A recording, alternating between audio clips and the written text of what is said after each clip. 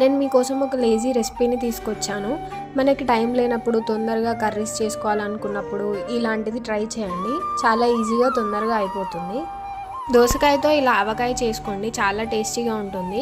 First దోసకాయని మంచిగా wash చేసుకొని పొట్టు తీసేయాలి. దాన్ని చిన్న చిన్న ముక్కలుగా కట్ చేసుకొని దాంట్లో కొద్దిగా సాల్ట్ యాడ్ చేసుకొని మంచిగా మిక్స్ చేసుకొని 15 మినిట్స్ పక్కన పెట్టుకోవాలి.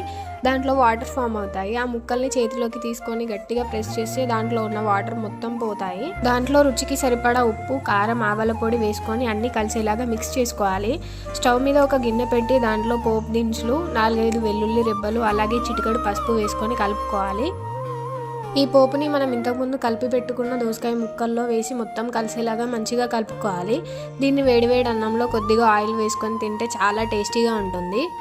మీరు కూడా దోసకాయ ఆవకాయని ట్రై చేసి ఎలా ఉందో కామెంట్ చేయండి. ఇలాంటి వీడియోస్ కోసం మన ఛానల్ని సబ్స్క్రైబ్ చేయండి.